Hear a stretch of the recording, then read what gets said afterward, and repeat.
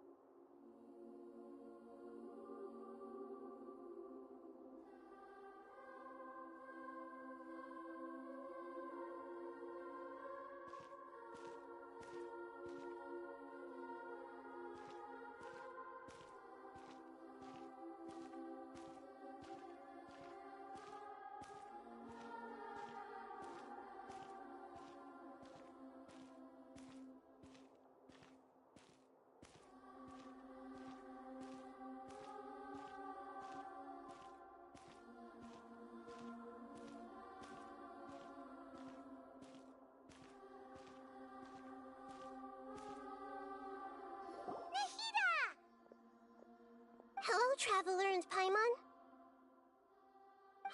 What a fantastic night. I'm still immersed in all the happiness and joy, like a candle floating on water. So are we, and that's why we're here to talk with you. Is there anything you want to know?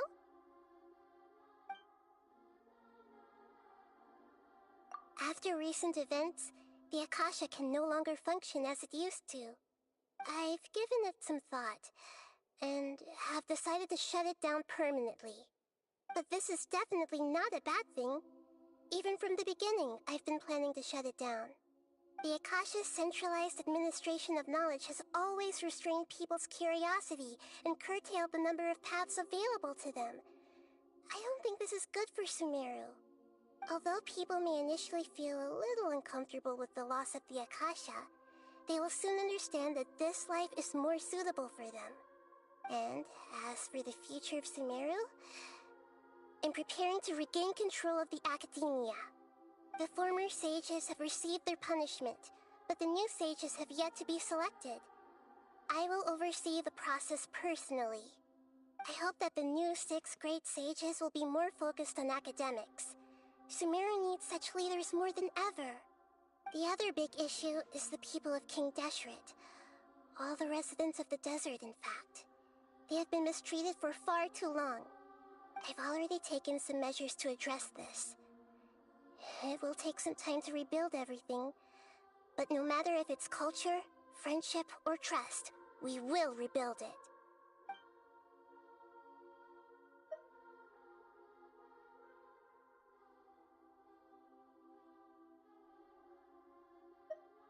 He's still in a coma. I've hidden him like how one would hide a feather. I know you have many misgivings about him, but as someone who had become a god, he has retained a number of very useful features. Don't worry, I'll keep an eye on him and make sure he doesn't do any evil. In addition, there are still some mysteries left in him. Some things may be very clear from my perspective, but he is still yet to understand them himself. His future will be determined by fate.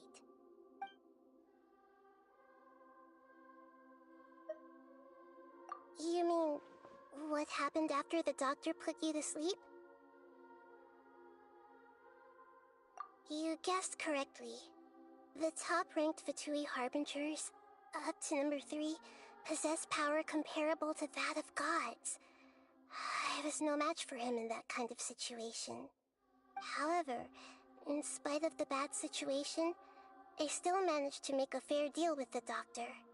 I'm sure you remember the entity that changed your fate, the Heavenly Principles.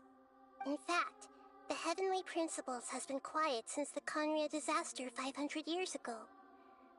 I used this point as leverage against the doctor. I told him that the heavenly principles may be awakened if I destroy the Gnosis. Although it's just a bluff, he still fell for it. I assumed that the heavenly principles wouldn't just stand by and let such extensive damage to its laws take place. And as for what I exchanged for the Gnosis, the exchange served as both punishment for the doctor as well as a boon of new knowledge that I couldn't refuse as the god of wisdom.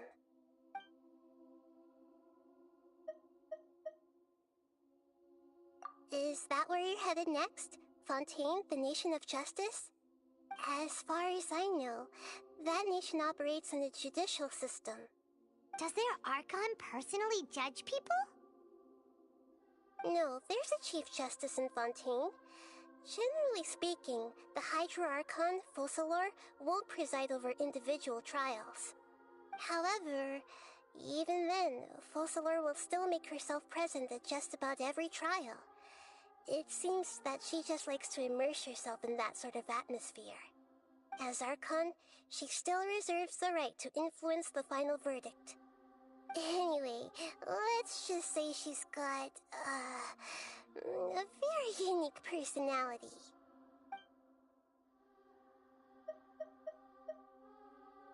Are you sure? Isn't there something else you haven't asked about yet? Huh? You mean... About your sister. While you were resting at Gandharvaville, I took some time to perform an Irminsul search for information on your sister. Yeah! Isn't Irminsul a repository for all the information and memories of Teyvat? So there shouldn't be anything on him or his sister. This is true in your case. Irminsul indeed does not have any information on you. However, there must be something different about your sister. Because, as it turns out, the world has recorded information on her after all. What? There is only one possible explanation. She belongs to this world.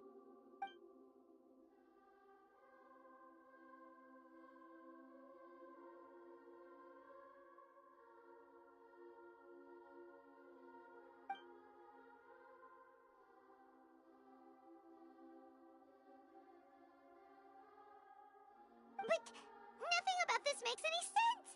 Wasn't this your first trip to Teyvat? According to the records I was able to access, your sibling suddenly appeared in Conria. After the Conria disaster, she began her journey through the 7 nations of Teyvat. But just as her journey was about to reach its conclusion, the Irminsul records on her suddenly become fuzzy. What do you mean, fuzzy? Did something happen to her? All I know for sure is that somebody, for reasons only they can know, is deliberately obfuscating her fate. And whoever it is, if they can do that, who knows what else they're capable of. But even that wouldn't explain how she somehow comes from this world. Something else I noticed was that according to these records, the Fatui have not classified your sibling as one of the Descenders. What's a Descender? Paimon's never heard of it. Look, I'm sure you must be curious about the information I received from the Fatui in return for my Gnosis, right? A very important part of the intel was about this world's Descenders. External beings, ones that don't belong to this world. Traveler, you are Teyvat's 4th Descender. Huh? So the Fatui count 3 other Descenders before the Traveler, and his sister isn't even one of them? That's right. My current hypothesis is that the first Descender was likely what we now call the Heavenly Principles. As for the other Descenders, I still need to verify their existence. It could take me some time. Paimon's head's about to burst from all this crazy new information. And yet, even knowing all this, I'm sure you must still have a lot of unanswered questions. I must say, I truly regret that I can't help you more as the God of Wisdom. There are many questions in my heart as well. I will need some time to go through each one of them. And soon, you'll also begin your journey anew and depart from Sumeru. I'm very interested in your future. It's a journey that can't be observed or recorded by this world. If fate is the ultimate knowledge, then your future will be the ultimate fate. I'm sure glad we got to meet you, Nahida. The pleasure is all mine. I can't thank you enough. Alright, that's enough talk for today. If you ever miss me, just close your eyes, and maybe I'll appear in your dreams.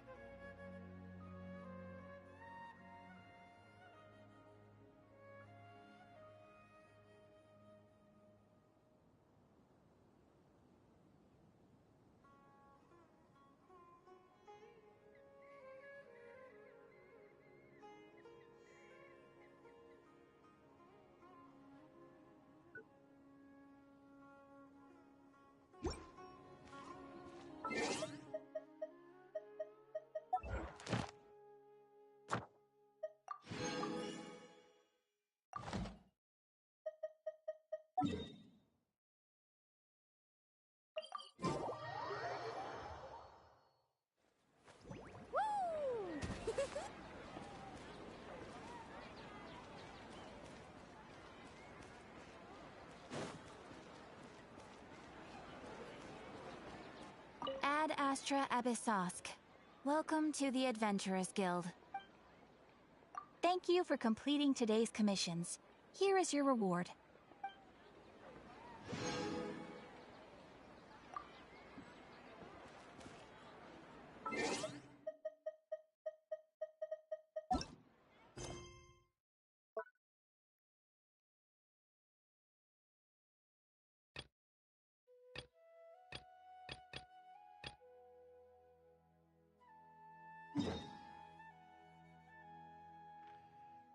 The most important part of going out to have fun is, well, going out. So just show up and I'll handle the rest.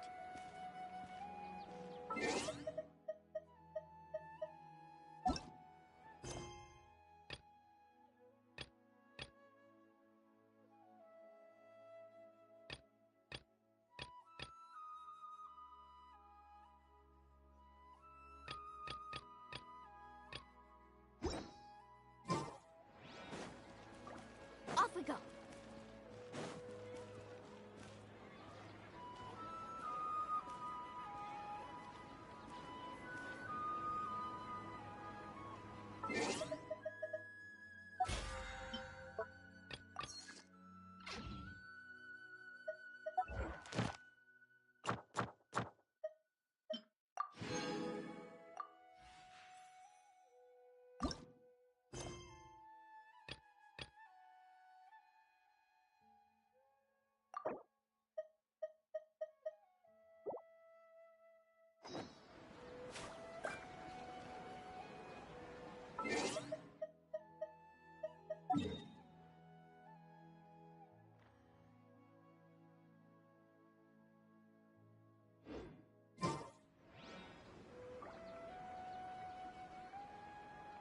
Ever tried chasing waves before?